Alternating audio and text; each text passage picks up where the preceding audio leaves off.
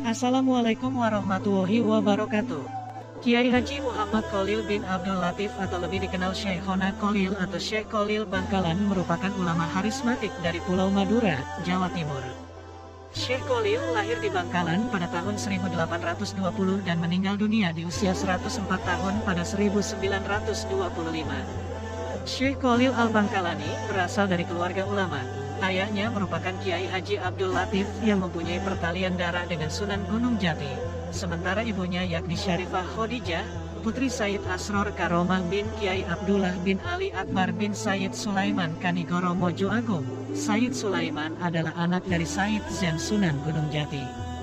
Sebagaimana cerita Wali Songo, banyak kisah semasa hidup Syekh Khalil Bangkalan yang di luar nalar manusia. Cerita-cerita kelebihan atau karomah dari Syekh Khalil telah dikisahkan lewat lisan ke lisan, terutama di lingkungan masyarakat Madura. Berikut ini adalah 30 kisah karomah Syekh Khalil Bangkalan, seperti yang kami kutip dari berbagai sumber. Karomah Syekh Khalil Bangkalan yang pertama adalah membelah diri.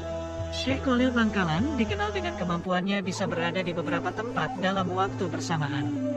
Suatu waktu, pernah ada peristiwa aneh saat beliau mengajar di pesantren. Ketika sedang mengajar, Syekh Khalil melakukan sesuatu yang tidak terpantau mata dan tiba-tiba baju dan sarung beliau basah kuyup. Para santri pun menjadi heran dan penuh bertanya-tanya, sedangkan beliau hanya cuek tidak bercerita apapun, langsung meninggalkan santrinya dan masuk rumah untuk mengganti baju. Teka-teki itu baru terjawab setengah bulan kemudian. Ada seorang nelayan sowan ke Mbah Khalil untuk mengucapkan terima kasih. Karena pertolongan dari beliau, nelayan itu bisa selamat dari bahaya tenggelamnya perahu di tengah laut. Kedatangan nelayan itu membuka segala kebingungan dan pertanyaan selama ini. Ternyata saat pengajian Mbah Khalil dapat pesan agar segera ke pantai untuk menyelamatkan nelayan yang perahunya pecah. Yang kedua, ke Makkah naik kerocok. Pada suatu sore di pinggir pantai di daerah Bangkalan, Syekh Khalil ditemani oleh Kiai Syamsul Arifin, salah seorang murid dan sahabatnya. Mereka membicarakan urusan pesantren dan persoalan umat. Tanpa terasa, waktu sudah berlangsung lama dan matahari hampir terbenam. Tiba-tiba Kiai Syamsul berkata, "Kita belum sholat asyar, Kiai." Syekh Khalil pun langsung beristighfar menyadari kehilafannya. Kiai Syamsul berkata lagi, "Waktu asyar hampir habis, kita tidak mungkin sholat secara sempurna." Akhirnya Syekh Khalil meminta Kiai Syamsul mengambil kerocok, sejenis daun aren yang bisa mengapung di atas air, untuk dipakai ke Makkah. Setelah mendapatkan kerocok, Syekh Khalil menatap ke Makkah dan tiba-tiba kerocok yang ditumpanginya melesat dengan cepat ke arah Makkah. Sesampainya di Makkah, azan sholat asyar baru saja dikumandangkan dan mereka mendapatkan shaf pertama, dan akhirnya mereka menunaikan sholat asyar berjamaah di Masjidil Haram. Yang ketiga, debat kepiting dan rajungan. Pada suatu hari, para ulama Makkah berkumpul di Masjidil Haram untuk berdiskusi membahas masalah dan hukum Islam yang sedang terjadi. Semua persoalan didiskusikan tanpa hambatan dan selalu mendapat solusi serta kesepakatan semua ulama. Namun pada masalah mengenai halal atau haramnya kepiting dan rajungan, terjadi banyak pendapat dan tidak menemukan solusi. Pada waktu itu Syekh Khalil berada di antara peserta diskusi. Melihat jalan buntu, ia lalu minta izin menawarkan solusi untuk masalah tersebut. Akhirnya, Syekh Khalil dipersilakan naik ke mimbar oleh pimpinan diskusi. Setelah tiba di atas mimbar, Syekh Khalil berkata, "Saudara sekalian, ketidaksepakatan kita dalam menentukan hukum kepiting dan rajungan ini menurut saya, disebabkan saudara sekalian belum melihat secara pasti wujud kepiting dan rajungan." Semua ulama yang hadir dalam diskusi tersebut menyetujui keterangan Syekh Khalil. Kemudian Syekh Khalil melanjutkan pembicaraannya. "Kepiting itu seperti ini," ucap Kiai Khalil sambil memegang dan menunjukkan kepiting yang masih basah. "Sedangkan rajungan seperti ini," lanjut beliau seakan beliau baru saja mengambilnya dari laut. Pada saat itu, usai Mbah Khalil menjelaskan, semua hadirin merasa terpana dan suasana menjadi gaduh. Mereka saling bertanya dari mana Syekh Khalil mendapatkan kedua hewan tersebut dalam sekejap saja. Setelah kejadian tersebut, akhirnya para ulama menemukan solusi, dan Syekh Khalil semenjak kejadian tersebut disegani para ulama Masjidil Haram. Yang keempat, tertawa keras saat sholat. Dikisahkan pada suatu hari, Syekh Khalil muda sholat berjamaah yang dipimpin oleh kiai di sebuah pesantren tempatnya mencari ilmu. Saat itu Syekh Khalil muda tertawa cukup keras sehingga teman-temannya takut kalau kiai akan marah. Dugaan itu tidak keliru. Selesai sholat, sang kiai menegur Syekh Khalil muda karena sikapnya yang tertawa keras sewaktu sholat, sebab hal tersebut tentu saja dilarang dalam ajaran agama Islam. Namun, Syekh Khalil muda masih terus tertawa meskipun kiai sangat marah. Akhirnya, Syekh Khalil menjawab bahwa ketika sholat berjamaah berlangsung, dia melihat sebuah berkat atau sejenis wadah nasi kenduri berputar-putar di atas kepala sang kiai. Mendengar jawaban itu, sang kiai sadar dan merasa malu atas sholat yang ia pimpin karena sang kiai ingat bahwa selama sholat berlangsung dia merasa tergesa-gesa untuk menghadiri kenduri sehingga mengakibatkan sholatnya tidak khusyuk. Yang kelima, berguru dalam mimpi, dan dalam semalam dapat menghafal Nadom Imriti, Asmuni, dan Alfiyah. Pada waktu Syekh Khalil masih muda, ada seorang kiai yang terkenal di daerah Wilungan Pasuruan, bernama Kiai Abu Darrin. Kealiman kiai tersebut tidak hanya terbatas di lingkungan Pasuruan, tetapi sudah menyebar ke berbagai daerah lain, termasuk Madura dan sekitarnya. Mbah Khalil muda yang mendengar ada ulama yang mumpuni itu, terbetik di hatinya ingin menimba ilmunya. Setelah segala perbekalan dipersiapkan, maka berangkatlah Mbah Khalil muda ke pesantren Kiai Abu Darrin dengan harapan dapat segera bertemu dan berguru dengan ulama yang dikaguminya itu. Tetapi alangkah sedihnya ketika dia sampai di pesantren Wilungan, ternyata Kiai Abu Darrin telah meninggal dunia beberapa hari sebelumnya. Hatinya dirundung duka dengan kepergian Kiai Abu Darrin. Namun, karena tekad belajarnya sangat menggelora, maka Mbah Khalil muda segera sowan ke makam Kiai Abu Darrin. Setibanya di makam, kemudian Mbah Khalil muda mengucapkan salam, lalu berkata, "Bagaimana saya ini Kiai? Saya masih ingin berguru pada Kiai. Tetapi Kiai sudah meninggal," desang Mbah Khalil muda sambil menangis. Kemudian Mbah Khalil muda lalu mengambil sebuah mushaf Al-Quran, kemudian bertawasul dengan membaca Al-Quran terus-menerus sampai 41 hari lamanya. Pada hari ke-41 tiba-tiba datanglah Kiai Abu Darrin dalam mimpinya. Dalam mimpi itu, Kiai Abu Darrin mengajarkan beberapa ilmunya kepada Mbah Khalil muda. Setelah bangun dari tidurnya, serta-merta Mbah Khalil muda dapat menghafal kitab Imriti, kitab Asmuni, dan Alfiyah. Yang keenam, orang Arab dan macan tutul. Pada suatu hari seperti biasanya Syekh Khalil mengimami jamaah sholat maghrib bersama para santrinya di Kedemangan. Bersamaan dengan Kiai Khalil mengimami sholat, tiba-tiba datang seorang tamu berkebangsaan Arab. Seusai melaksanakan sholat, Kiai Khalil menemui tamunya, termasuk orang Arab yang baru datang itu. Sebagai orang Arab yang mengetahui kefasihan bahasa Arab, ia kemudian menghampiri Kiai Khalil seraya berucap, "Kiai, bacaan Al-Fatihah antum kurang fasih," tegur orang Arab itu. Setelah berbasa-basi beberapa saat, orang Arab tadi dipersilakan mengambil wudhu untuk melaksanakan sholat maghrib. Tempat wudhunya ada di sebelah masjid itu. "Silakan ambil wudhu di sana," ucap Kiai sambil menunjukkan arah tempat wudhu. Baru saja selesai wudhu, tiba-tiba orang Arab tadi dikejutkan dengan munculnya sesosok macan tutul. Hal itu membuat orang Arab tadi kaget dan terkejut. Kemudian ia berteriak dengan bahasa Arabnya yang fasih untuk mengusir macan tutul yang makin mendekat itu. Meskipun orang Arab itu mengucapkan bahasa Arab dengan sangat fasih untuk mengusir macan tutul, namun macan itu tidak kunjung pergi juga, malah semakin mendekat dan bersiap untuk menerkamnya. Mendengar ribut-ribut di sekitar tempat wudhu, Kiai Khalil keluar dan datang untuk menghampirinya. Melihat ada seekor macan yang menyebabkan keributan itu, kemudian Kiai Khalil mengucapkan sepatah dua patah kata yang kurang fasih. Anehnya, sang macan yang mendengar kalimat yang dilontarkan Kiai Khalil yang nampaknya kurang fasih itu, macan tutul bergegas menjauh dan berlari ketakutan. Dengan kejadian ini, orang Arab paham bahwa sebetulnya Kiai Khalil bermaksud memberi pelajaran kepada dirinya, bahwa suatu ungkapan bukan terletak antara fasih dan ketidakfasihannya dalam mengucapkannya, melainkan sejauh mana penghayatan makna dalam ungkapan itu. Yang ketujuh, jawaban Syekh Khalil kepada tamunya. Suatu ketika, Habib Jindan bin Salim berselisih pendapat dengan seorang ulama, manakah pendapat yang paling sahih dalam ayat Maliki Yaumiddin. Malikinya dibaca Maliki dengan memakai alif setelah mim, ataukah Maliki tanpa alif. Setelah berdebat cukup panjang dan tidak ada titik temu, akhirnya mereka sepakat untuk sama-sama datang ke Syekh Khalil Bangkalan. Ketika itu Syekh Khalil sedang duduk di dalam musola. Saat rombongan Habib Jindan sudah dekat ke musola, sontak saja Syekh Khalil berteriak, "Maliki Yaumiddin ya Habib, Maliki Yaumiddin Habib," teriak Kiai Khalil Bangkalan menyambut kedatangan Habib Jindan. Tentu saja dengan ucapan selamat datang yang aneh itu, Sang Habib tak perlu bersusah payah menceritakan soal sengketa Maliki Yaumiddin, tanpa alif, ataukah Maliki Yaumiddin, dengan alif itu.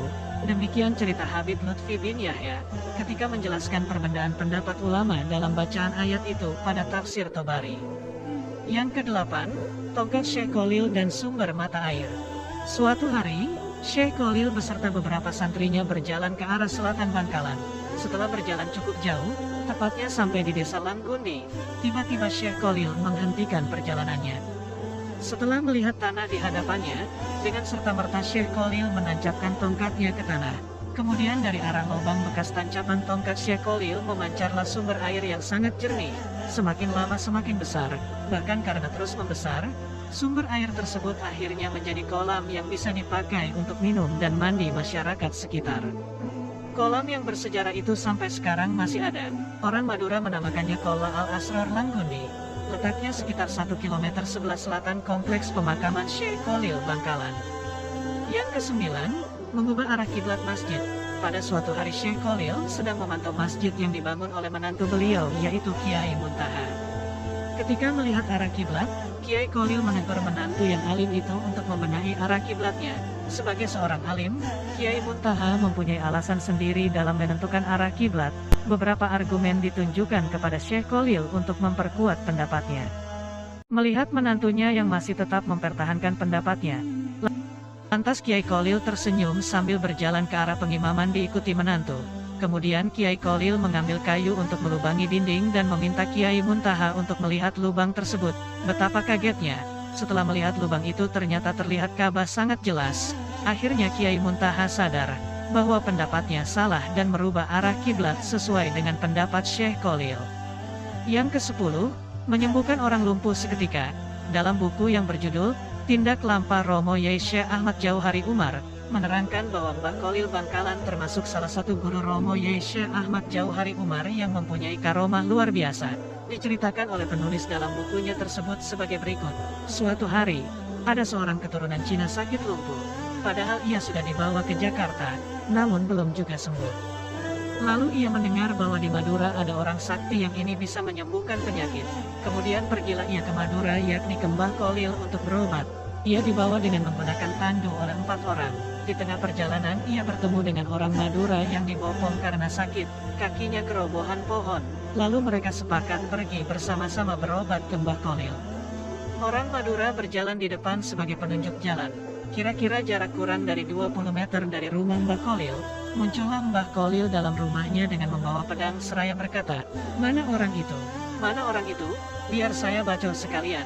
Melihat hal tersebut, kedua orang sakit tersebut ketakutan dan langsung lari tanpa ia sadari sedang sakit, karena Mbah Khalil terus mencari dan membentak-bentak mereka. Akhirnya tanpa disadari, mereka sembuh. Setelah Mbah Khalil wafat, kedua orang tersebut sering ziarah ke makam beliau. Yang ke-11, pencuri timun tidak bisa duduk. Pada suatu hari petani timun di Bangkalan mengeluh, timun yang siap panen selalu raib dipanen maling. Kejadian tersebut berlangsung lama. Akhirnya para petani bermusyawarah untuk sowan ke Mbah Khalil. Sesampainya di rumah Mbah Khalil, sebagaimana biasanya, Kiai saat itu sedang mengajar, dan pas kebetulan saat itu Mbah Khalil sedang mengajar ilmu nahwu. "Assalamualaikum, Kiai." "Salam," para petani serentak. "Waalaikumsalam warahmatullahi wabarakatuh," jawab Mbah Khalil. Kemudian salah satu dari petani menceritakan kejadian bahwa timun mereka selalu raib saat akan dipanen dan meminta Mbah Khalil untuk mencarikan solusinya. Kebetulan saat mengajar beliau sampai pada kalimat koma Zaidun, salah satu contoh pelajaran nahwu yang artinya Zaid berdiri. Lalu serta-merta Mbah Khalil berbicara sambil menunjuk lafaz koma Zaidun. "Ya, koma Zaidun, pakai ini saja sebagai penangkal," seru Kiai dengan tegas dan mantap. "Sudah Pak Kiai?" ujar para petani dengan nada ragu dan tanda tanya. "Ya sudah," jawab Mbah Khalil menguatkan. Keesokan harinya, betapa terkejutnya mereka melihat sejumlah pencuri timun berdiri terus-menerus tidak bisa duduk. Akhirnya penduduk berdatangan ingin melihat maling tersebut. Maling itu tetap berdiri dengan muka pucat pasi karena ditonton banyak warga. Andaikan zaman sekarang, mungkin maling itu akan difoto dan diupload di Facebook. Kasihan melihat kawanan maling. Salah satu dari petani sowan ke Mbah Khalil untuk minta diberi obat penangkal. Begitu obat disentuhkan ke badan maling yang sial itu, akhirnya dapat duduk seperti sedia kala. Para pencuri itu pun menyesal dan berjanji tidak mencuri lagi. Sejak saat itu, petani timun di Bangkalan menjadi aman dan makmur. Sebagai rasa terima kasih, petani menyerahkan hasil panen ke pondok pesantren, bahkan sampai berdokar-dokar. Yang ke-12, kisah ketinggalan kapal laut. Kejadian ini pada musim haji. Pada waktu itu kapal laut adalah satu-satunya angkutan menuju Mekah. Pada hari keberangkatan semua penumpang calon haji naik ke kapal dan bersiap-siap. Tiba-tiba salah satu penumpang wanita meminta pada suaminya untuk membelikannya buah anggur. Kemudian suaminya turun menelusuri seluruh wilayah pelabuhan namun tidak menjumpai penjual buah. Kemudian mencoba menuju ke pasar agak jauh dari pelabuhan. Alhamdulillah, akhirnya anggur didapatkan juga. Kemudian ia bergegas kembali ke pelabuhan. Namun betapa terkejutnya, kapal sudah berangkat dan jauh dari dermaga. Ia berteriak sekeras mungkin memanggil awak kapal, namun tak membuahkan hasil. Kemudian ia menyesali keadaan itu dan duduk di pinggir pantai. Kemudian datanglah laki-laki menghampirinya. Kemudian ia memberikan nasihat agar mendatangi Mbah Kholil. Ia bertanya-tanya siapa Mbah Kholil, apa bisa menolong saya saat ini. Lelaki itu meyakinkan bahwa Mbah Kholil insya Allah bisa menolongmu. Lalu suami yang malang itu sowan dan menceritakan kejadian dari awal hingga datang ke Mbah Kholil. Dengan nada datar Mbah Kholil menjawab, ini bukan urusan saya, ini urusan petugas pelabuhan. Suami malang itu kembali dengan tangan hampa. Saat sampai di pelabuhan bertemu lagi dengan orang laki-laki tadi, dan suami menjelaskan dengan nada putus asa bahwa ia disuruh ke petugas pelabuhan. Namun lelaki tadi mengulang perkataannya untuk kembali ke Mbah Kholil. Tanpa putus asa suami kembali lagi ke Mbah Kholil. Baru setelah ketiga kalinya, Mbah Kholil berucap, baik kalau begitu, karena sampean ingin sekali, saya bantu sampean. Lalu Mbah Kholil memberi syarat tidak boleh menceritakan apapun yang terjadi kepada orang lain termasuk istrinya, kecuali Mbah Kholil sudah meninggal. Suami menyanggupi syarat tersebut. Lantas, Mbah Kholil memerintahkan untuk memegang buah anggur dan memejamkan mata. Setelah beberapa menit berlalu dibuka matanya pelan-pelan. Betapa terkejutnya ia sudah berada di dalam kapal. Takjub heran bercampur jadi satu, seakan tak mempercayai apa yang dialaminya. Kemudian dia mengucek-ngucek matanya, dicubit lengannya, untuk meyakinkan bahwa ini bukan mimpi, dirinya sedang berada di kapal. Kemudian disegera menemui istrinya dan memberikan anggur pesanannya tadi. Yang ke-13, Kiai Kholil dipenjara oleh penjajah. Masa hidup Kiai Kholil tidak luput dari gejolak perlawanan terhadap penjajah, tetapi dengan caranya sendiri Kiai Kholil melakukan perlawanan. Pertama, ia melakukannya dalam bidang pendidikan. Dalam bidang ini, Kiai Kholil mempersiapkan murid-muridnya untuk menjadi pemimpin yang berilmu, berwawasan, tangguh dan mempunyai integritas, baik kepada agama maupun bangsa. Ini dibuktikan dengan banyaknya pemimpin umat dan bangsa yang lahir dari tangannya. Salah satu di antaranya, Kiai Hashim Asy'ari, pendiri pesantren Tebuireng. Cara yang kedua, Kiai Kholil tidak melakukan perlawanan secara terbuka, melainkan ia lebih banyak berada di balik layar. Realitas ini tergambar bahwa ia tak segan-segan untuk memberi suuk, mengisi kekuatan batin, tenaga dalam kepada para pejuang. Bahkan Kiai Kholil tidak keberatan pesantrennya dijadikan tempat untuk persembunyian. Pada suatu hari ketika pihak penjajah mengetahuinya, Kiai Kholil ditangkap dengan harapan para pejuang menyerahkan diri. Tetapi, ditangkapnya Kiai Kholil malah membuat pusing pihak Belanda. Karena ada kejadian-kejadian yang tidak bisa mereka mengerti, seperti tidak bisa dikuncinya pintu penjara, sehingga mereka harus berjaga penuh supaya para tahanan tidak melarikan diri. Di hari-hari selanjutnya, ribuan orang datang ingin menjenguk dan memberi makanan kepada Kiai Kholil, bahkan banyak yang meminta ikut ditahan bersamanya. Kejadian tersebut menjadikan pihak Belanda dan sekutunya merelakan Kiai Kholil untuk dibebaskan saja. Yang ke-14, melindungi calon santrinya dari musibah.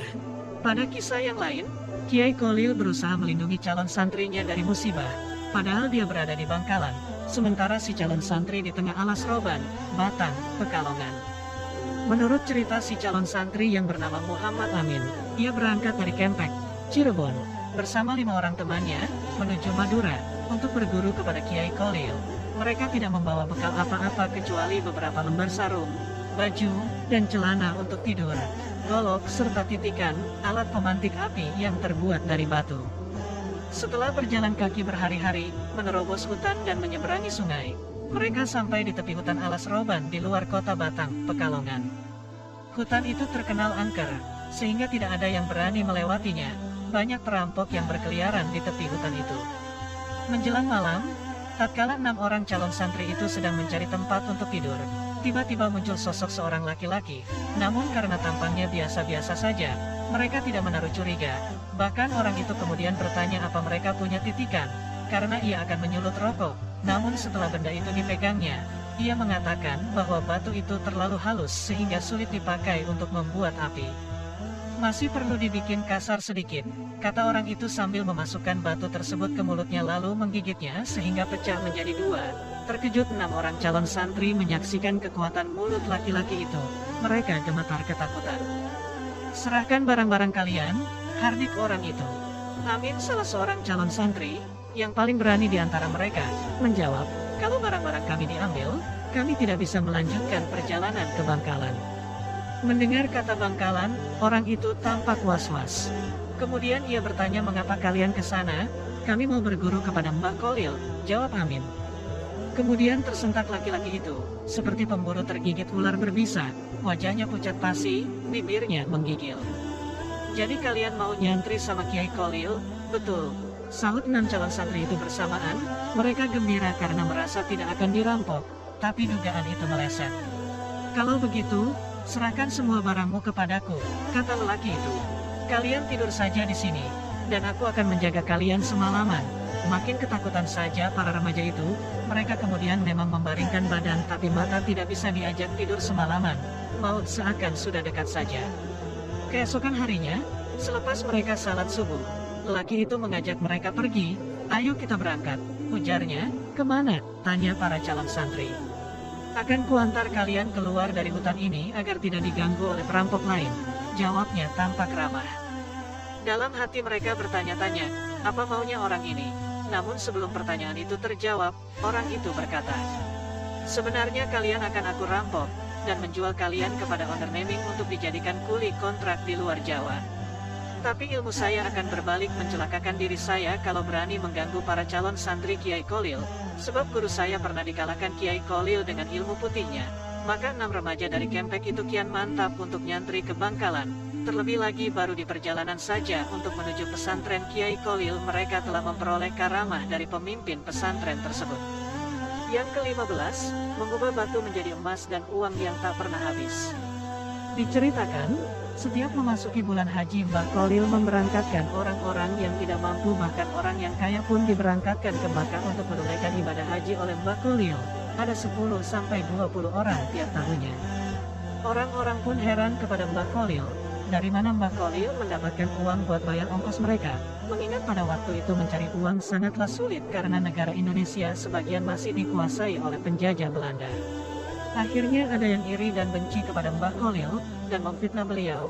Mbah Kholil dilaporkan ke polisi atas tuduhan memalsukan uang, dan tidak butuh waktu lama untuk polisi langsung mengungkap dan memenjarakan Mbah Kholil. Disinilah kejadian aneh mulai terlihat ketika Mbah Kholil diinterogasi oleh polisi. Kiai, saya memanggil Anda karena ada yang melaporkan kalau Anda telah memalsukan uang, kata polisi. Saya tidak memalsukan uang, itu tidak benar, jawab Mbah Kholil. Anda tiap tahun memberangkatkan orang naik haji, terus Anda dapat uang dari mana? Sanggah Pak Polisi. Yang memberangkatkan mereka naik haji bukan saya, tapi Allah Subhanahu wa Ta'ala, jawab Mbah Kholil.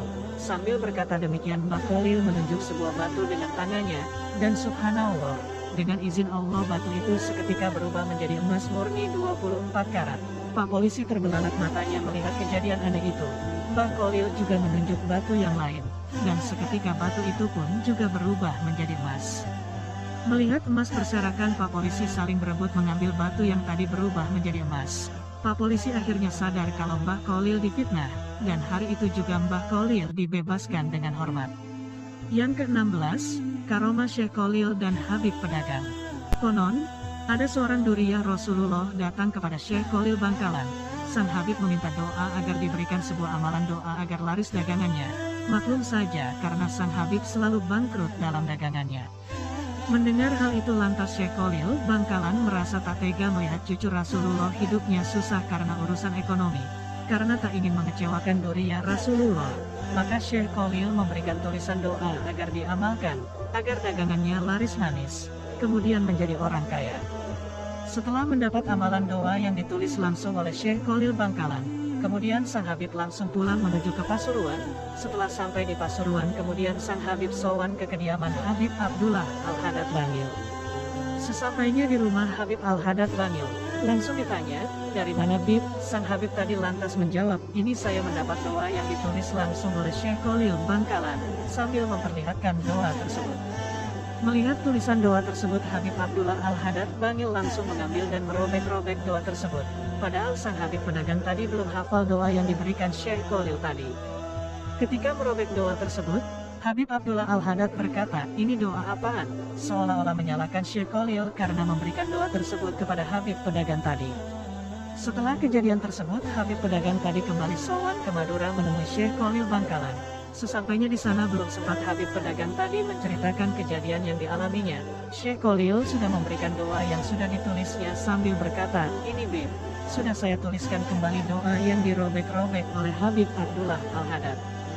Habib pedagang semakin kaget dan terperanjat mendengar hal itu. Beliau semakin kagum dengan karomah Syekh Khalil Bangkalan. Kembali kepada Syekh Khalil Bangkalan dan Habib Abdullah Al-Haddad. Setelah sang pedagang kembali ke Pasuruan, beliau sowan lagi kepada Habib Abdullah Al-Haddad. Nah, saat itu Habib Abdullah Al-Haddad berkata, "Memang benar doa dari Syekh Muhammad Khalil Bangkalan itu doa menjadi orang kaya. Saya merobek-robek doa itu karena saya khawatir, jika engkau membaca doa ini engkau menjadi orang kaya, ketika engkau menjadi orang kaya engkau menjadi sibuk dengan kekayaanmu, sehingga lupa membaca wirid Al-Haddad, membaca wirid lainnya, dan melalaikan ibadah lainnya." Yang ke-17, pengemis ingusan membawa anjing. Suatu hari ketika Syekh Khalil Bangkalan menemui tamunya, datang seorang gembel tidak karuan, sambil membawa anjing. Tanpa salam, tanpa izin, dan tanpa etika yang baik lainnya, pengemis tersebut tiba-tiba langsung menyeruput kopi milik Mbah Khalil hingga tinggal ampasnya. Terlihat juga ingus keluar dari pengemis yang tadi undang ini. Kemudian Syekh Khalil tampak merubah tempat posisi duduknya. Wajahnya menunduk tak berani untuk menatap wajah si pengemis. Melihat hal itu, justru beberapa tamunya ingin mengusir kehadiran pengemis tersebut. Setelah meminum kopi milik Mbah Khalil, kemudian pengemis tadi pergi begitu saja dengan membawa anjingnya. Kemudian Mbah Khalil menawarkan siapa dari tamunya yang ingin meminum minumannya tadi. Akhirnya mereka tidak mau, dan diminum oleh Mbah Khalil sendiri. Semua tamu merasa terheran-heran. Kemudian Mbah Khalil berkata kepada para tamunya, "Tahukah kalian siapa pengemis yang datang tadi?" Semua tamu menjawab tidak tahu. Kemudian Mbah Khalil berkata, "Dia adalah Nabi Khidir. Beliau habis mengunjungi sahabatnya seorang wali di Yaman dan Sudan, dan melanjutkan perjalanannya ke sini untuk memenuhi para waliullah di Jawa," ucap Mbah Khalil Bangkalan. Sontak saja, para tamu berebut sisa kopi yang tinggal cangkirnya itu. Bahkan ada yang berebut untuk mencuci gelas tersebut, karena kesolihan dari Nabi Khidir alaihi salam. Mbah Khalil pun terkekeh dengan tingkah para tamunya itu, karena kebanyakan kita hanya melihat kulitnya saja, tak dapat melihat hati. Seringkali manusia sudah tertutup hatinya dengan gemerlap dunia yang fana ini. Yang ke-18, mengetahui niat seorang tamu. Di Bangkalan, Madura, hidup sepasang suami istri yang bahagia. Pada suatu hari, sang suami berkata kepada istrinya, "Bu, saya ingin sekali sowan kepada Kiai Khalil," katanya pada suatu pagi. "Itu bagus sekali Pak, tetapi apa yang akan kita bawa sebagai oleh-oleh kepada Kiai Khalil? Kita tidak mempunyai apa-apa kecuali sebuah bentul," jawab istrinya. "Tidak apa-apa, bentul itu saja yang kita bawa Bu. Asalkan kita ikhlas, insya Allah akan diterima," tegas sang suami meyakinkan istrinya. Maka berangkatlah suami istri tersebut ke Kiai Khalil. Dengan berbekal tawakal dan sebuah bentul, mereka yakin akan diterima Kiai Khalil dengan baik. Bentul adalah makanan sejenis talas. Sesampainya di kediaman Kiai Khalil, kedatangannya seakan sudah ditunggu, mereka disambut dengan sangat hangat. "Kiai, mohon maaf, saya tidak membawa apa-apa, hanya sebuah bentul ini yang dapat kami aturkan." "Wah, kebetulan, saya memang ingin sekali makan bentul," jawab Kiai Khalil menghibur. Kemudian Kiai Khalil memanggil beberapa santri dan menyuruhnya untuk merebus bentul uang baru diterimanya itu. Tak lama setelah itu, santri datang membawa bentul yang sudah direbus itu. Kiai Khalil kelihatan sangat senang dan suka terhadap bentul itu, lalu dimakannya sampai habis. Suami istri yang sowan ke Kiai Khalil itu merasa sangat senang, sebab apa yang dikhawatirkan selama ini menjadi kegembiraan. Beberapa hari kemudian, suami istri itu ingin sowan kembali ke Kiai Kolil. Masih segar ingatan suami istri itu akan kesuksesan Kiai Kolil. Namun kali ini, tidak seperti terdahulu, mereka membawa oleh-oleh bentul sebanyak-banyaknya dengan harapan Kiai Kolil sangat senang menerimanya. Maka kemudian berangkatlah suami istri tersebut ke ulama karismatik itu, tidak seperti terdahulu. Ternyata dugaan mereka meleset, mereka disambut dingin. Begitu juga dengan oleh-oleh yang banyak itu, Kiai Kolil tidak mau menerima oleh-olehnya dan disuruh untuk membawanya pulang kembali. Pada saat mereka pulang baru disadarinya apa yang telah mereka lakukan selama ini. Dan ternyata, oleh-oleh bentul yang pertama diniatkan semata-mata karena keikhlasan dan tawakal kepada Allah. Sedangkan sowan yang kedua tidak dilandaskan keikhlasan, tetapi karena rasa pamrih. Mereka meyakini atas kekuatannya sendiri dan merasa dirinya mampu membawa oleh-oleh kepada Kiai Kolil, dan itu sangat tidak disukai Kiai Kolil. Yang ke-19, disuruh perbanyak membaca istighfar. Suatu hari Kiai Kolil kedatangan 3 tamu yang menghadap secara bersamaan. Sang Kiai bertanya kepada tamu yang pertama, "Sampean ada keperluan apa?" "Saya pedagang Kiai, tetapi saya selalu rugi terus-menerus, tidak dapat untung sama sekali," ucap keluh kesah tamu yang pertama. Beberapa saat kemudian Kiai Kolil menjawab, "Jika kamu ingin berhasil dalam berdagang, perbanyaklah baca istighfar," pesan Kiai Kolil dengan mantap. Kemudian Kiai Kolil bertanya kepada tamu yang kedua, "Sampean ada keperluan apa?" "Saya sudah berkeluarga selama 18 tahun Kiai, tetapi sampai saat ini masih belum diberi keturunan," kata tamu yang kedua. Setelah memandang tamunya yang kedua itu, Kiai Kolil kemudian menjawab, "Jika kamu ingin punya keturunan, perbanyaklah membaca istighfar," tandas Kiai Kolil. Kini, tiba giliran pada tamu yang ketiga. Kiai Kolil juga bertanya kepadanya, "Sampeyan ada keperluan apa?" "Saya usaha tani Kiai, namun makin hari utang saya semakin banyak, sehingga tak mampu untuk membayarnya," ucap tamu yang ketiga, dengan raut muka yang serius. "Jika kamu ingin berhasil dan melunasi hutangmu, perbanyaklah membaca istighfar," pesan Kiai Kolil kepada tamunya yang terakhir itu. Beberapa murid Kiai Kolil yang melihat peristiwa itu merasa heran, masalah yang berbeda, tetapi dengan jawaban yang sama dan dengan resep yang sama pula, yaitu menyuruh untuk memperbanyak membaca istighfar. Mengetahui keheranan para santrinya tersebut, setelah tamunya pulang, maka dipanggillah para santri yang melihat peristiwa itu. Lalu Kiai Kolil membacakan Al-Quran, Surat Nuh ayat 10-12. Mendengar jawaban Kiai Kolil, para santri menjadi mengerti bahwa jawaban itu memang merupakan janji Allah bagi siapa saja yang memperbanyak membaca istighfar. Memang benar, tak lama setelah kejadian itu, ketiga tamunya semuanya berhasil dengan apa yang dihajatkan. Yang ke-20, rumah menjadi miring. Di antara sekian karomah beliau, ada salah satu peristiwa di mana sebuah rumah langsung miring saat Syekhona Kolil menginjakan kakinya. Suatu hari Syekhona Kolil mendapat undangan di pelosok Bangkalan, Madura. Hari jadi yang ditentukan pun tiba. Para undangan dari berbagai daerah berdatangan. Semua tamu ditempatkan di ruang tamu yang cukup besar. Namun meski tamu sudah datang semua, namun belum ada tanda-tanda acara akan dimulai. Menit demi menit berlalu, beberapa orang nampak gelisah karena acara belum dimulai. Padahal menurut jadwal undangan, mestinya acara itu sudah dimulai. Sementara itu tuan rumah tampak mondar-mandir gelisah dan sesekali melihat ke jalan. Sesekali dia juga menunduk dan terlihat menunggu hadirnya seseorang. Melihat acara belum dimulai, si Fulan yang hadir dalam undangan dan terkenal jagoan daerah itu tidak sabar lagi.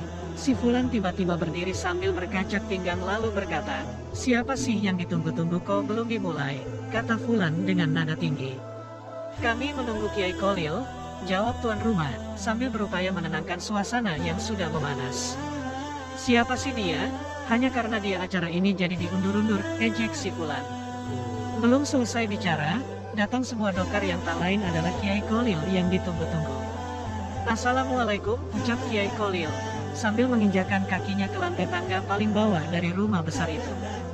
Bersamaan dengan injakan kaki Kiai Kolil, gemparlah semua undangan yang hadir, karena tiba-tiba rumah menjadi miring.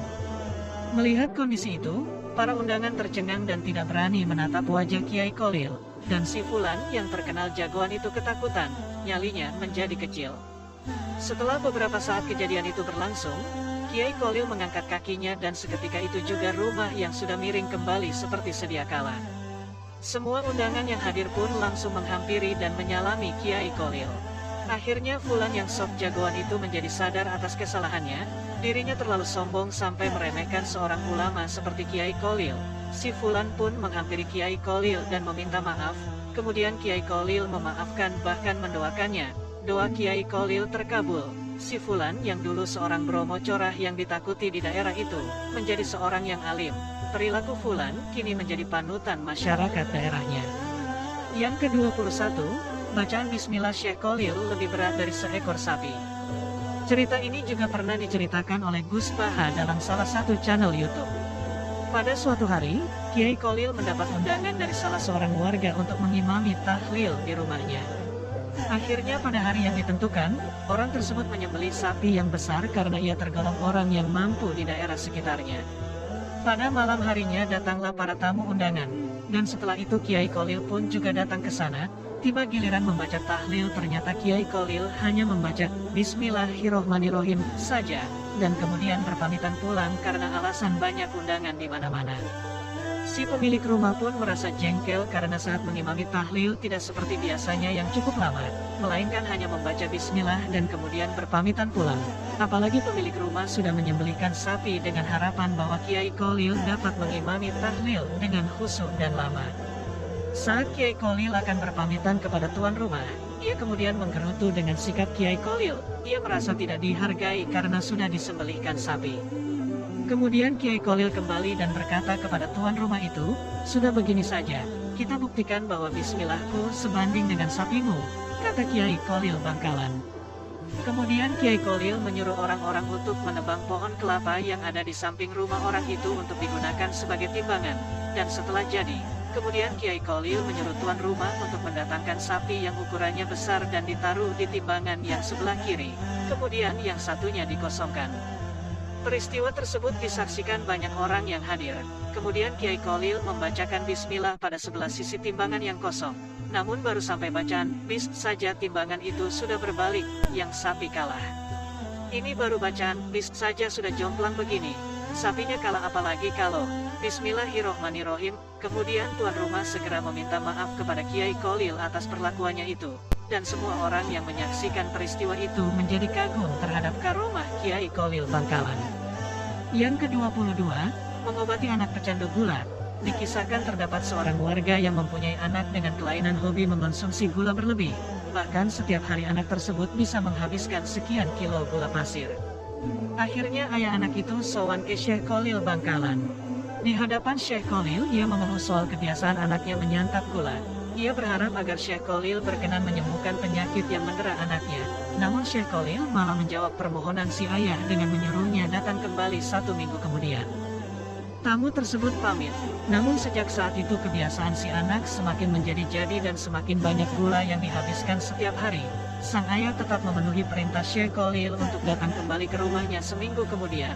Setelah pertemuan yang kedua, anak tersebut berhenti total mengonsumsi gula. Konon, selama seminggu Syekh Kholil bertirakat, tidak makan makanan atau minuman yang berbahan gula pasir. Kemudian Syekh Kholil berpesan kepada ayah anak itu, jika ingin menyuruh sesuatu maka harus mengerjakannya dulu. Kalau ingin melarang sesuatu terhadap orang lain, maka yang bersangkutan dahulu yang wajib memberi contoh jika ingin larangannya dipatuhi. Yang ke-23, barokah kitabnya Syekh Kholil Bangkalan. Dalam sebuah kisah Syekhona Mbah Kholil Bangkalan yang dikenal wali dan punya banyak karomah itu mempunyai ribuan santri. Dari ribuan santri ada salah satu santri ini bertanggung jawab mengurus kitab-kitab beliau. Sebut saja namanya Fulan. Ia bertugas membawanya ketika sang kiai mengajar, membersihkannya, dan meletakkan kembali di tempat semula. Suatu hari si Fulan ketika sedang membersihkan kitab, secara tidak sengaja santri itu melihat di halaman kitab ada tulisan, doa akeket, dalam tulisan Arab. Akeket, dalam bahasa Madura mempunyai arti, bertarung atau bergulat. Wah, ini doa kesukaan saya, gumamnya dalam hati. Kemudian si Fulan itu segera menghafalkan doa yang hanya beberapa kalimat itu saja. Suatu hari, si Fulan terlibat perselisihan dengan salah satu santri lain yang menjadi ketua pengurus pondok pesantren. Si Fulan yang tubuhnya kerempeng itu biasanya selalu mengalah. Tetapi kali ini dia ngeyel tidak mau mengalah. Kemudian dia menantang ketua pengurus pondok yang tubuhnya lebih besar dan lebih kekar darinya. Beberapa saat kemudian si Fulan itu komat kamit membaca doa akeket yang sudah dihafalnya, sambil menyingsingkan lengan bajunya. "Maju kamu," tantang ketua pengurus sambil mengenakan kopiahnya.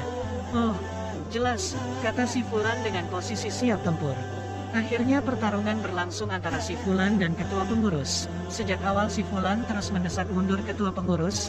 Sorak-sorai bergemuruh dari beberapa santri yang melihatnya. Ketua pengurus kaget dan terheran-heran dengan kekuatan dan serangan si Fulan yang sejak dulu dia remehkan. Akhirnya, ketua pengurus pondok menyerah kalah. Padahal dia dikenal memiliki banyak ragam ilmu bela diri.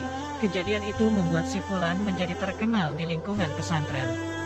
Pada hari-hari berikutnya, banyak santri yang menjajal kekuatan si Fulan itu. Namun, setiap berkelahi, si Fulan selalu menang. Ketenaran si Fulan akhirnya terdengar oleh Syekhona Khalil. Mungkin karena penasaran, beliau memanggil si Fulan itu. "Fulan, kesini kamu," panggil Kiai. "Baik Kiai," jawab si Fulan dengan tazim dan bergegas menghampiri. "Saya dengar kamu selalu menang berkelahi," selidik Mbah Khalil penasaran. "Ini barokahnya kitab Kiai," jawab si Fulan merendah. "Mengapa begitu?" tanya Mbah Khalil. "Saya mendapatkan doa akeket dari kitab Kiai," terang si Fulan. "Coba saya mau lihat," kata Mbah Khalil semakin ingin tahu. "Ini Kiai," jawab si Fulan sambil menunjukkan halaman kitabnya. "Oh, ini doa akikonat, bukan akeket," kata Mbah Khalil. Mendengar keterangan Kiainya, si Fulan itu terkaget lalu tertunduk malu. Ternyata doa yang selama ini doa yang ia pakai untuk berkelahi ternyata doa untuk akikoh. Dan ternyata si Fulan itu salah baca. Tapi kok manjur? Itulah kekuatan doa yang diiringi keyakinan kuat di hati. Yang ke-24, tidak mau mengendarai kuda dari Bima. Salah satu akhlak terpuji yang tampak pada pribadi Syekhona Khalil adalah menghormati dan memuliakan gurunya. Tidak hanya memuliakan kepada gurunya secara langsung, tetapi beliau juga memuliakan hal-hal yang berhubungan dengan gurunya, bahkan kepada kuda yang satu daerah dengan gurunya. Suatu ketika Mbah Khalil bepergian menuju suatu tempat dengan mengendarai dokar. Saat hendak menaikinya, Kiai Khalil terus memandangi kuda yang dikendarainya, seakan ada sesuatu yang mengganjal dari jenis kuda tersebut. Kemudian beliau bertanya kepada kusir dokar, "Dari mana kuda ini berasal?" tanya Mbah Khalil. Kemudian kusir dokar menjawab, "Kuda ini dari Bima, salah satu daerah di Indonesia." Kiai Bima sendiri dikenal dengan daerah yang terkenal dengan stok kudanya yang mahal dan bagus. Setelah mendengar jawaban si kusir, seketika Kiai Khalil turun dari dokar dan enggan menaikinya kembali. Sontak si kusir dokar heran dan bingung. "Kenapa Tuan tidak mau menaiki kuda ini?" tanyanya kepada Kiai Khalil. "Karena salah satu guruku berasal dari Bima, aku sungguh sangat keberatan akan hal tersebut. Bisa jadi kuda ini termasuk keturunan kuda yang pernah dinaiki guruku atau putra-putranya," jawab Kiai Khalil menjelaskan ihwal ketidakbersediaan beliau mengendarai kuda dari Bima tersebut. Yang ke-25, bertemu Nabi Khidir alaihi salam. Salah satu karomah Syekhona Khalil Bangkalan yang cukup masyhur adalah ketika bertemu dengan Nabi Khidir. Hal itu diulas dalam buku Surat kepada Anjing Hitam, biografi dan karomah Syekhona Khalil Bangkalan yang ditulis oleh Syaiful Rahman. Menurut Syaiful, karomah tersebut terjadi ketika tengah malam, waktu menunjukkan pukul 24 waktu Indonesia Barat. Kiai Khalil keluar dari rumahnya ditemani oleh seorang santri senior bernama Kakang Dawud. Kiai terus berjalan ke arah timur. Tak terasa, akhirnya sampai di Pasar Senenan. Tiba-tiba Kang Dawud dikejutkan dengan seruan salam kepada Kiai Khalil. "Assalamualaikum," ucap seorang tak dikenal. "Waalaikumsalam," jawab Kiai Khalil tersenyum. Ketika keduanya saling melihat, lalu seperti layaknya seorang teman yang lama tidak bertemu. Setelah itu, mereka asyik berbincang-bincang, sementara Kakang Dawud yang memperhatikan adegan itu tampak gusar. Orang ini berbicara kepada Kiai tidak pada tempatnya, pikir Kakang Dawud membatin. Mestinya sowan ke rumah Kiai. Besok pagi batin Kakang Dawud terus protes. Banyaknya nyamuk di sekitar itu yang terus menggoda Kakang Dawud membuat marahnya semakin bertambah. Sebagai santri yang mengiringi Kiai, rasanya ingin menegur langsung kepada tamu yang tidak sopan itu. Karena ada Kiai saja, perasaan itu dapat ditahan. Setelah cukup lama Kakang Dawud sibuk menepis godaan nyamuk. Tampaknya sang tamu ingin mengakhiri pertemuan. Keduanya lalu berdiri dan sekali lagi berangkulan. Sang tamu pergi menghilang di kegelapan malam. Selesai menemui tamu, Kiai menengok kepada Kang Dawud yang berdiri agak jauh. "Dawud, Kesini Daud, suara Kiai memecah kesunyian malam. Enggeh, Kiai, jawabnya sambil bergegas menghampiri. Kau tahu siapa yang berbicara dengan saya tadi? Tanya Kiai datar. Tidak tahu Kiai, jawab Kang Daud polos. Dia adalah Nabi Khidir, tutur Kiai tenang. Hah, Nabi Khidir? Desak Kang Daud melongo keheranan. Kenapa tidak diberitahu oleh Kiai? Kang Daud membatin sambil menunduk kecewa. Melihat kekecewaan yang dalam di wajah muridnya, Kiai Kholil menepuk pundak Kang Daud. Makanya kalau ikut Kiainya harus sabar dan ikhlas. Kiai Kholil sambil tersenyum. Harus sabar dan ikhlas. Pesan Kiai sekali lagi kepada murid yang disayanginya itu. Enggeh, Kiai. Desak Kang Daud yang tak dapat menahan linang air matanya. Yang ke-26, kisah Syekh Kholil Bangkalan dan Kiai Haji Bahar Sidogiri. Pada suatu pagi, seorang santri bernama Bahar dari Sidogiri merasa gundah karena tidak bisa salat subuh berjamaah. Bahar absen salat jamaah bukan karena malas, tetapi disebabkan halangan junub. Pasalnya, semalam Bahar bermimpi tidur dengan seorang wanita. Sangat dipahami kegundahan Bahar, sebab wanita itu adalah istri Syekh Kholil, gurunya. Menjelang subuh, terdengar Syekh Kholil marah besar sambil membawa sebilah pedang seraya berucap, "Santri kurang ajar, santri kurang ajar." Para santri yang sudah ke masjid untuk salat berjamaah merasa heran dan bertanya-tanya siapa yang dimaksud santri kurang ajar itu. Subuh itu Bahar memang tidak ikut salat berjamaah, tetapi bersembunyi di belakang pintu masjid. Selesai salat subuh berjamaah, Syekh Kholil menghadapkan wajahnya kepada semua santri seraya bertanya, "Siapa santri yang tidak ikut berjamaah?" Semua santri merasa terkejut. Tidak menduga akan mendapat pertanyaan seperti itu, para santri menoleh ke kanan kiri mencari tahu siapa yang tidak hadir. Ternyata yang tidak hadir waktu itu hanyalah Bahar. Kemudian Syekh Kholil memerintahkan mencari Bahar dan dihadapkan kepadanya. Setelah diketemukan, Bahar dibawa ke masjid. Syekh Kholil menatap tajam-tajam kepada Bahar seraya berkata, "Bahar, karena kamu tidak hadir salat subuh berjamaah maka harus dihukum. Tebanglah 2 rumpun bambu di belakang pesantren dengan petok ini." Petok adalah sejenis pisau kecil, dipakai menyabit rumput. Setelah menerima perintah itu, segera Bahar melaksanakan dengan tulus walau kesulitan. Setelah itu Syekh Kholil memerintahkan Bahar untuk memakan nasi yang ada di nampan sampai habis. Sekali lagi Bahar dengan patuh menerima hukuman dari Syekh Kholil. Setelah Bahar melaksanakan hukuman yang kedua, ia lalu disuruh makan buah-buahan yang telah tersedia di nampan lain sampai habis. Setelah itu Bahar diusir oleh Syekh Kholil seraya berucap dan menunjuk Bahar, "Hei santri, semua ilmuku sudah dicuri oleh orang ini." Dengan perasaan senang dan mantap, Bahar pun pulang meninggalkan pesantren Syekh Kholil menuju kampung halamannya, hingga akhirnya ia menjadi pengasuh pondok pesantren Sidogiri ke-6. Yang ke-27, kisah Syekh Kholil Bangkalan dan Kiai Haji Masum Lasem. Dalam buku Manaqib Mbah Masum Lasem diceritakan bahwa suatu hari Syekh Kholil Bangkalan meminta santrinya untuk membuat kurungan ayam jago sebab akan datang jagoan dari tanah Jawa ke Bangkalan. Keesokan harinya datang seorang pemuda bernama Muhammadun, nama Mbah Masum waktu muda, yang berusia 20 tahun dari tanah Jawa. Oleh Syekh Kholil, pemuda itu diminta masuk ke dalam kurungan ayam jago yang telah dibuat santrinya. Dengan penuh takzim pemuda itu pun masuk dan duduk berjongkok ke dalam kurungan ayam jago. Syekh Kholil kemudian berkata kepada santri-santrinya, "Inilah yang kumaksudkan sebagai ayam jago dari tanah Jawa yang kelak akan menjadi jagoan tanah Jawa." Pada awal nyantri, Mbah Masum Lasem malah disuruh mengajarkan alfiyah kepada santri-santri Syekh Kholil di dalam kamar yang tidak ada penerannya. Mbah Masum hanya nyantri selama 3 bulan. Ketika hendak pulang, Mbah Kholil memanggilnya seraya mendoakannya dengan doa sapu jagat. Saat Mbah Masum melangkah pergi beberapa meter, ia dipanggil kembali oleh Syekh Kholil lalu didoakan dengan doa yang sama. Hal ini terjadi berulang hingga 17 kali. Yang ke-28, kisah Syekhona Kholil dengan Kiai Haji Wahab Hasbullah. Suatu hari di bulan Syawal, Kiai Kholil tiba-tiba memanggil santrinya, "Anak-anakku, sejak hari ini kalian harus memperketat penjagaan pondok pesantren. Pintu gerbang harus senantiasa dijaga. Sebentar lagi akan ada macan masuk ke pondok kita ini," kata Syekh Kholil agak serius. Mendengar tutur guru yang sangat dihormati itu, segera para santri mempersiapkan diri. Waktu itu sebelah timur Bangkalan memang terdapat hutan-hutan yang cukup lebat dan angker. Hari demi hari, penjagaan semakin diperketat, tetapi macan yang ditunggu-tunggu itu belum tampak juga. Memasuki minggu ketiga, datanglah ke pesantren pemuda kurus. tidak berapa tinggi, berkulit kuning langsat sambil menenteng kopor seng. Sesampainya di depan pintu rumah Syekh Khalil, lalu mengucap salam. Mendengar salam itu, bukan jawaban salam yang diterima, tetapi Kiai malah berteriak memanggil santrinya.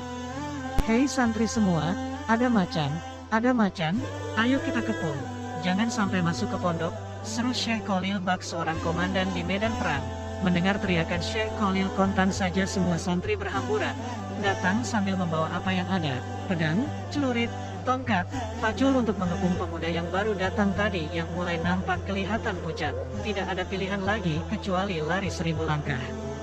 Namun karena tekad ingin nyantri ke Syekh Khalil begitu menggelora, maka keesokan harinya mencoba untuk datang lagi. Begitu memasuki pintu gerbang pesantren, langsung disongsong dengan usiran ramai-ramai. Demikian juga keesokan harinya, baru pada malam ketiga, pemuda yang pantang mundur ini memasuki pesantren secara diam-diam pada malam hari. Karena lelahnya pemuda itu, yang disertai rasa takut yang mencekam, akhirnya tertidur di bawah kentongan surau. Secara tidak diduga, tengah malam Syekh Khalil datang dan membantu membangunkannya. Karuan saja dimarahi habis-habisan, pemuda itu dibawa ke rumah Syekh Khalil. Setelah berbasa-basi dengan 1000 alasan, baru pemuda itu merasa lega setelah resmi diterima sebagai santri Syekh Khalil. Pemuda itu bernama Abdul Wahab Hasbullah. Kelak kemudian hari santri yang diisyaratkan macan itu dikenal dengan nama Kiai Haji Wahab Hasbullah, seorang kiai yang sangat alim, jagoan berdebat, pembentuk komite Hijaz, pembaharu pemikiran. Kehadiran Kiai Haji Wahab Hasbullah di mana-mana selalu berwibawa dan sangat disegani baik kawan maupun lawan bagaikan seekor macan, seperti yang diisyaratkan Syekh Khalil. Yang ke-29, kisah Syekh Khalil Bangkalan dan Kiai Haji Asad Situbondo. Ketika Kiai Asad masih menjadi santri Syekh Khalil, ia pernah disuruh mengantarkan tongkat ke Kiai Hashim Asy'ari di Jombang. Di lain hari ia disuruh mengantarkan tasbih kepada Kiai Hashim juga. Syekh Khalil hanya memberikan bekal beberapa uang logam.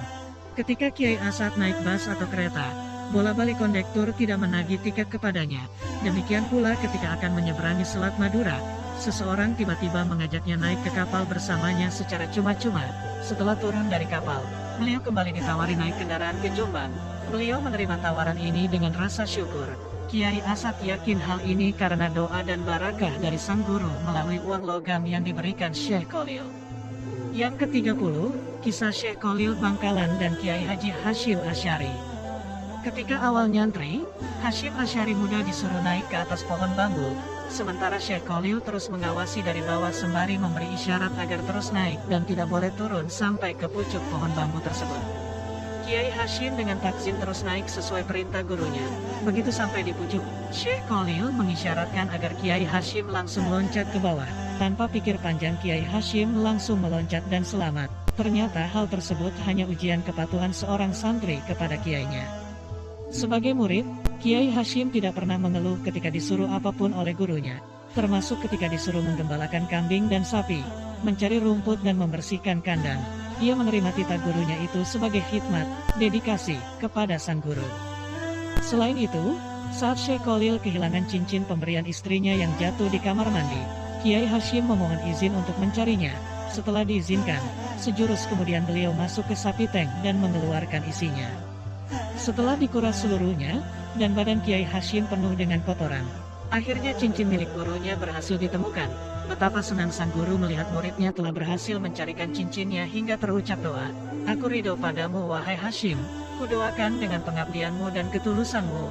Semoga derajatmu ditinggikan, engkau akan menjadi orang besar, tokoh panutan, dan semua orang cinta padamu." Demikian, 30 kisah karomah Syekh Khalil Bangkalan. Sampai ketemu lagi di video kami selanjutnya. Wassalamualaikum warahmatullahi wabarakatuh.